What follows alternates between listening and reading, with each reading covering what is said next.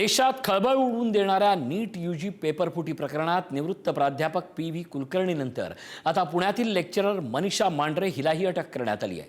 त्यामुळे महाराष्ट्रातील 5 जणांना आतापर्यंत या प्रकरणात सीबीआयने अटक केली आहे। विद्यार्थ्यांना मूळ प्रश्नपत्रिकेतील प्रश्न आणि उत्तरं आधीच सांगण्यात आल्याचा गंभीर आरोप आहे। सीबीआयच्या चौकशीत या पेपरफुटीचं महाराष्ट्रात असलेले धागेदोरे आता समोर आले आहेत।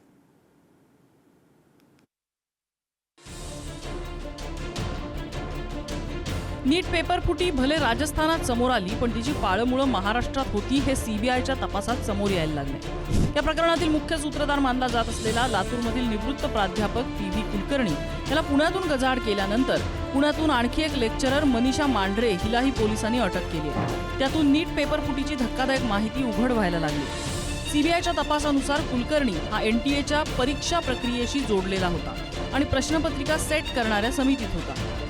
Mastermind P V. कुलकर्णी अटक झालाय। कुलकर्णीचा एनटीए प्रक्रियेशी थेट संबंध होता।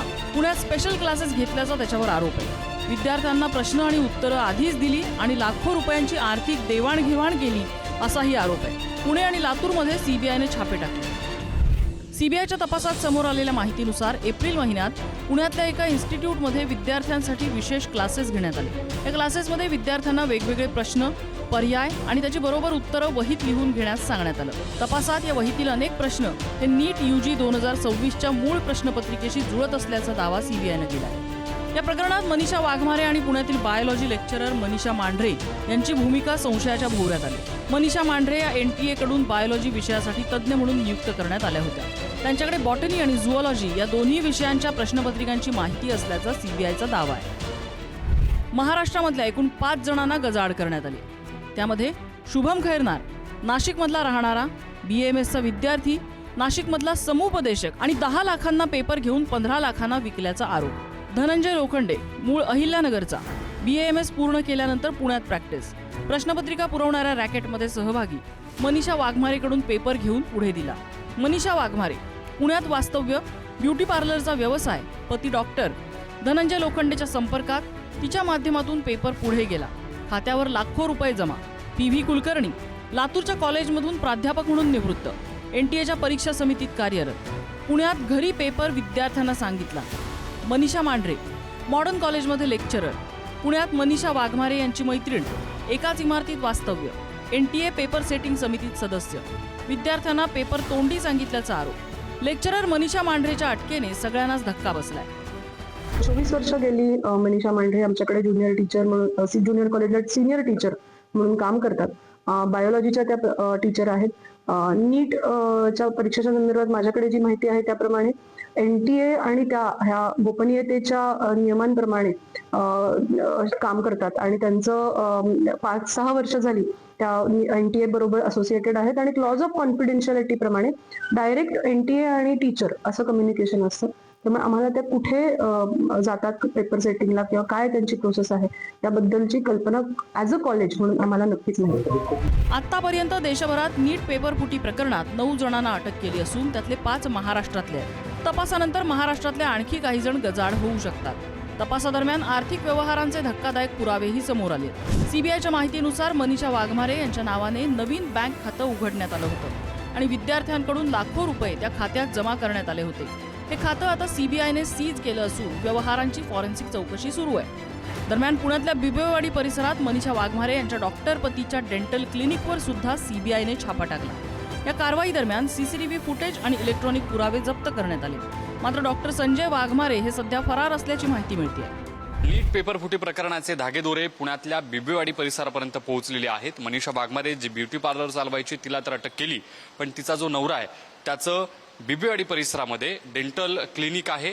संजय वाघमारे असं त्याचं नाव आहे आणि याच दाताचा जो दवाखाना आहे इथून जे सगळे सीसीटीव्ही आहेत ते सीबीआयनं ताब्यात घेतलेले आहेत। संजय वाघमारे याची चौकशी केल्याची देखील माहिती मिळते। सध्या हा दातांचा दवाखाना बंद असल्याचं आपण पाहतोय। मागच्या अनेक वर्षांपासून हा दातांचा दवाखाना या सगळ्या भागामध्ये सुरू होता। मनीषा वाघमारे हिचा जो पती आहे हा 1999 पासून या सगळ्या व्यवसायामध्ये आहे। संजय वाघमारे ह्यांच्या पत्नीला देखील अटक केलेली आहे। या पेपरफुटीचे धागेदोरे आता महाराष्ट्रातल्या बीडपर्यंतही पोहोचले। पी.व्ही. कुलकर्णी मूळचे बीडचे असल्याचं समोर आले। बीडमधील शाहूनगर परिसरातल्या त्यांच्या जुन्या घराचीही चर्चा सुरू झाली। या प्राध्यापकांमुळे विद्यार्थ्यांनी आत्महत्या देखील केलेल्या आम्हाला ऐकू येत आहेत। या आत्महत्या करण्यामागे किंवा आत्महत्यामागे नक्कीच यांचाही हात आहे। यांच्यामुळेच परीक्षा डबल घेण्यात येत आहेत आणि विद्यार्थी जे डिप्रेशनमध्ये जात आहेत, त्यामुळे नक्कीच यांच्यावर कार्यवाही करण्यात यावी आणि यांचा जो कनेक्शन आहे, हा जो कलेक्शनचा पैसा आहे, हा पैसा बीडसारख्या ठिकाणी त्यांनी डेव्हलपमेंट करण्यात घातलेला आहे। हे परवाने रद्द करून यांच्या बांधकामात त्यांनी कुठे कुठे इन्व्हेस्टमेंट केलेली आहे अशी ईडीकडूनही चौकशी करण्यात यावी। नीट परीक्षा रद्द झाल्यानंतर देशभरातून धक्कादायक घटना समोर यायला लागल्या। दिल्ली, राजस्थान आणि गोव्यातल्या 3 विद्यार्थ्यांनी नैराश्यातून आत्महत्या केल्याची माहिती समोर आली। या घटनेमुळे नीट घोटाळ्याच्या सामाजिक परिणामांवर सुद्धा गंभीर प्रश्न उपस्थित होत आहेत। या संपूर्ण प्रकरणावरून राज्याचे मंत्री राधाकृष्ण विखे पाटील यांनी खासगी कोचिंग क्लासेसवर जोरदार टीका केली आहे। खासगी क्लासेसचा धंदा बंद केला पाहिजे आणि सर्व ज्युनियर कॉलेजमध्ये नीटचे विशेष वर्ग सुरू केले पाहिजेत अशी त्यांनी मागणी केली आहे। ही खाजगी क्लास बघते, तुम्हाला माझं मत माहिती आहे। ते हे खाजगी क्लासेसवर बंदी घातली पाहिजे, ताबडतोब त्याचा धंदा बंद केला पाहिजे। पण त्यांच्या वडिलांकडे 2 लाख रुपये त्याला फी नाही ना। कोचिंग क्लासचा एक स्टेटस सिम्बॉल झालेला आहे। मग आम्ही एवढा खर्च महाविद्यालय अनुदानावर खर्च करतो, अनुदान विद्यालयावर खर्च करतो, मग हे शिक्षकांची काय जबाबदारी आहे? अनुदानीचं एवढं प्रचंड आम्ही 7वा वेतन 7वा वेतन लावा आमची मागणी आहे। ओल्ड पेन्शन स्कीम लावा म्हणून मागणी करतो आम्ही। मग मागणी करताना आपल्यावर जे उत्तरदायित्व आहे, मग आमच्याकडली मुलं का कोचिंगला जातात?